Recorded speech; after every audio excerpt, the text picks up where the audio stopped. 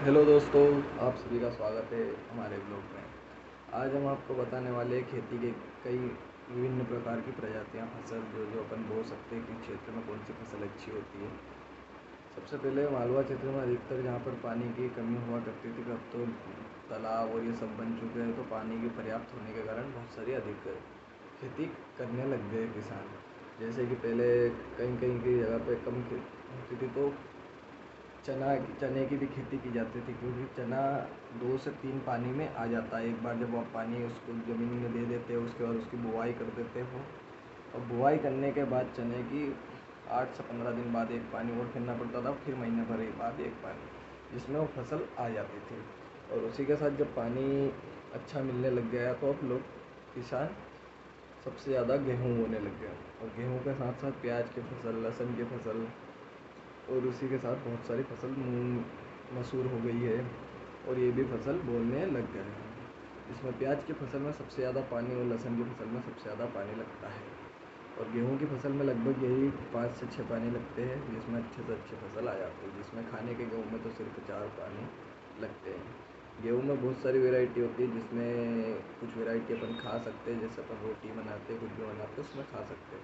बाकी अधिकतर वैरायटी खापे होते हैं, जो बस बेचने के लिए मतलब मार्केट में पहुंचाने के लिए काम की जाती है। जिसमें सुजाता गाँव सबसे अच्छा खाने का माना जाता है, 0335 उसमें, उसके बाद आ जाता है, उसके बाद श्री राम आ जाता है, लखवन आ जाता है, ऊना ना ऊना वेराइटी नहीं है ये खाने के लिए, वो भी बहुत अच्छी वेराइटी है। उसके बाद फिर देखा जाए तो गेहूं में अधिकतर 240 दवा छाटी जाती है, जिससे कि चारा, चौड़ी पत्ती, ये सब मर सके।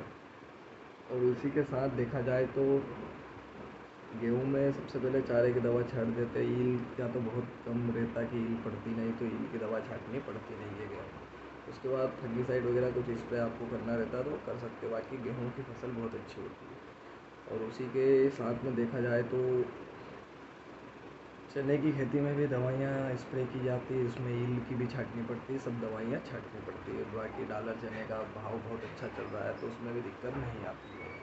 और डॉलर चने के बाद देखा जाए तो मक्के की खेती में क्या रहता है कि आप उसको मक्के के भुट्टे भी खा सकते हो, बेच सकते हो। उसमें मक्का का लास्ट में पकने के बाद मक्का भी बेच सकते हो, जिससे रोटी वगैरह भी बनती है। मक्के की बहुत सारी चीज़ें बनती है, कॉर्न पिज़्ज़ा वगैरह सब में काम आता है।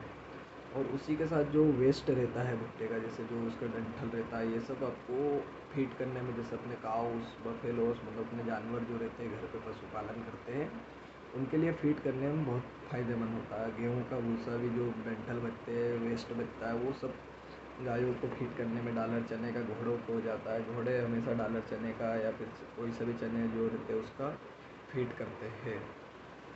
और जो घोड़े बाहर जैसे सवारी वगैरह पे चलते हैं, उनको डेली फीड में चने खिलाए जाते हैं। चने का सुफला, अच्छा मोटा वाला सुफला खिलाया जाता है। और इसी के साथ देखा जाए तो प्याज की खेती में लगभग 1 बीघे का 50 से 60 कुंटल का उत्पादन हो जाता है। प्याज सबसे बेस्ट चीज़ है जल्दी से जल्दी किसान को अमीर बनाने के लिए, क्योंकि उसमें अमीर जल्दी बना जाता है, और या तो फिर घर भी बिक जाता है। और प्याज का देखा जाए तो सबसे शुरुआती स्टेज में उसके कण को फेंका जाता है, कण की उगाई की जाती है, नर्सरी में कण को तैयार किया जाता है। कण को तैयार होने में लगभग 40 से 45 दिन लगते हैं। इस प्रोसेस में किसान बहुत सावधानी बरतता है, क्योंकि थोड़ी सी भी गलती उसके कण को ख़त्म कर सकती है। उसके बाद उसको जब एक जगह से निकाल कर दूसरी जगह प्लांट किया जाता है, जब उसमें लगभग 2-2 इंची का गैप रहना चाहिए, 2-2, 4-4 इंची का गैप, ताकि जब वो खुले तो वो उसकी जगह रिस्टोर कर सकें। और प्याज जब जितनी दूर लगाओगे उतना अच्छा उत्पादन मिलता है प्याज का। प्याज का देखा जाए तो फर्चूंगी गुलाबी है, जिंदल है, उसके बाद एलोवेरा तो प्रशांत तो बहुत पुरानी वेराइटीज़ है जो चलती आ रही है मार्केट में। जैसे जिंदल का बताया जाता है कि उस पर कवर्स 5 या 6 कवर होते हैं, तो स्टोर करने के लिए लंबे समय के लिए स्टोर हो जाता है। और प्याज की जब लास्ट कटिंग स्टेज आती है, जब कटा के उसको जब स्टोर किया जाता है, तो बहुत अच्छी प्रोसेस होती है। उसमें किसान क्या करता है, नीचे जाली लगा देता है एक रूम में, बीच में 12x12 में एक फैन लगाते हैं एग्जॉस्ट, जिससे उसमें हवा चलती रहती है 24 घंटे। 12-12 घंटे की शिफ्ट में उसमें हवा देनी पड़ती है, जिससे क्या रहता है कि प्याज जो भी सड़ रहा है, ख़त्म हो रहा है, वो वहीं का वहीं सूख जाता है, जिससे कि दूसरे प्याज उसमें डिफेक्ट नहीं होते। पहले क्या है, ढेर कर देते थे, फिर उसको छांटना पड़ता था हर 15-20 दिन में, उसमें सड़ते भी प्याज बहुत थे। तो ये किसान के लिए कुछ ना कुछ फ़ायदा होता जा रहा है। उसके बाद जब बारिश का समय आ जाता है तो ठीक है दोस्तों, अगले उसमें बताएंगे बारिश में क्या करना रहता है प्याज के समय।